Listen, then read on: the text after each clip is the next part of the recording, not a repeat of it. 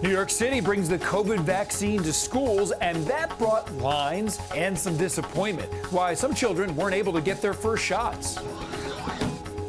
Lows in the 30s will be the exception, not the rule. I'll have a look. What is Sika and how can it exfoliate your skin for the fall? New York Live has some must-try Korean beauty buys to last you all season long.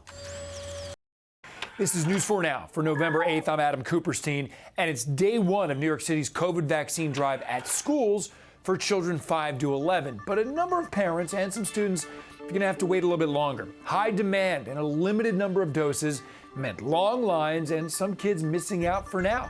News 4's Romney Smith is in Boerum Hill, Brooklyn with the details. Dozens of parents walked their kids to school with the hopes that they would be partially vaccinated against COVID-19 before lunchtime. They made it so easy, so why not? You know, it probably would have taken us longer if they hadn't have done this, but you know, they put such an effort into it, and it's so easy that you have to do it, really. As the Pfizer COVID-19 vaccine was walked onto the playground at PS 261 in Boerum, Brooklyn, parents applauded the healthcare workers. But those same cheers turned into concerns when the vaccine distributor ran out of vaccines in less than an hour. So, I might not be able to get one because they're going to run out because the line is so long. We were, I think, number 73, and they ran out of doses at 50. They only had 50 doses. So I don't know what they expected to do till 11, but that was it was a little bit of a surprise.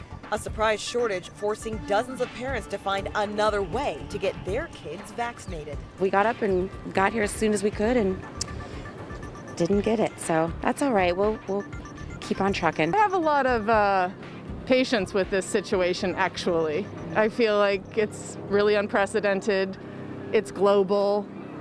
I don't know. I don't feel bothered by it. Mayor-elect Eric Adams says that he wants to end mask mandates in the classroom. Adams hopes that students can attend schools without face masks before the end of the academic year. But he did clarify on CNN only if scientific data supports that. Mayor-elect Adams says that masks are keeping students from making friends. I think part of the development and socialization of a child is that smile.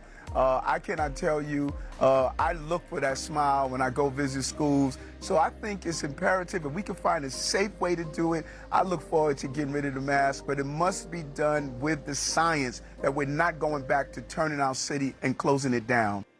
City officials have not been able to give specifics about what it would take to lift the mask requirement currently in New York City public schools. Police are looking into a series of bomb threats that caused chaos at Ivy League schools here in the city and elsewhere. Buildings were evacuated this weekend at Columbia University in Morningside Heights, and the same scene played out upstate at Cornell and at Brown University in Providence. On Friday, Yale's New Haven campus also received threats. For now, investigators believe this is a case of disruptive mischief with no credible threat, and all campus buildings have now been reopened. And also for now, we're told investigators are not linking the threats. Hi there, I'm Storm Team 4 meteorologist Maria LaRosa. We've made that turn around now. Temperatures below average to above average, which for us means a pretty nice November evening. Temperatures hanging on to the mid-50s through the dinner hour and then overnight slowly falling into the upper 40s. So for a lot of us, we get a chance and a break from the 30s. So looking across the area, we have Riverhead down to 37, but Patchogue at 43 for tonight. Newburgh at 37. We'll see 39 in Liberty and Port Jervis at 37 after mornings in the upper 20s, the last few. Old Bridge at 39 degrees, waking up in Franklin at 36 degrees. And again, for the city, closing in on a low of 50 will be there for Newark, and another mild November day ahead. Fall is here, and this is the perfect time to give your skincare routine some fresh updates. And New York Live has a guide to some buzzworthy K-beauty buys that you may want to stock up on for the season. The air is getting crisper, my skin and hair are feeling drier, but don't worry because K-Beauty has all the products to take us into fall with a glow. We can't just do the same thing all year round when it comes to skincare, right? Definitely. When it comes to different seasons, you're going to wear different clothes. And similarly, your skin needs different products. So first, I highly recommend using a more nourishing cleanser. This is the Good Skin Days, a new leaf cream cleanser. This has real mugwort leaves in it, and you could actually see the texture is very creamy. And I see the little tiny leaves. Yep, the mugwort leaf is very trendy in Korea right now. Even orally, people like putting it in teas. There are also some interesting ingredients coming out of Korea. Yes, so in Korea, they're known for their innovative textures and their ingredients. This is a Seorius Cleanse Me Softly Cream Cleanser. Again, cream cleansers are trending in Korea because they're so nourishing for your skin. Just check out this texture. Whoa. Yep, and this one contains broccoli and broccoli extract. I never would have thought that broccoli is a thing that people would use in their skincare. It's high in antioxidants, so if you're dealing with premature aging, you definitely want to check out this cleanser. So eat your broccoli, put your broccoli on your face.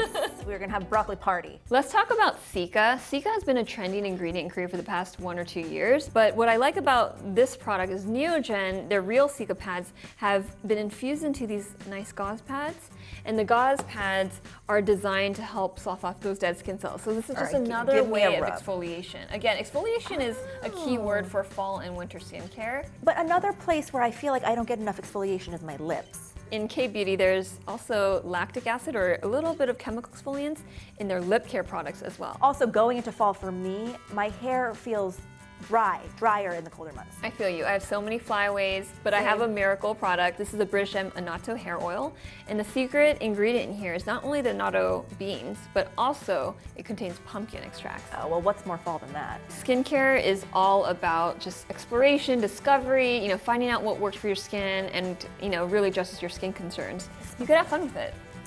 Skincare should be fun, everybody. Yeah. A sense of joy, lively crowds, and celebrations in the streets.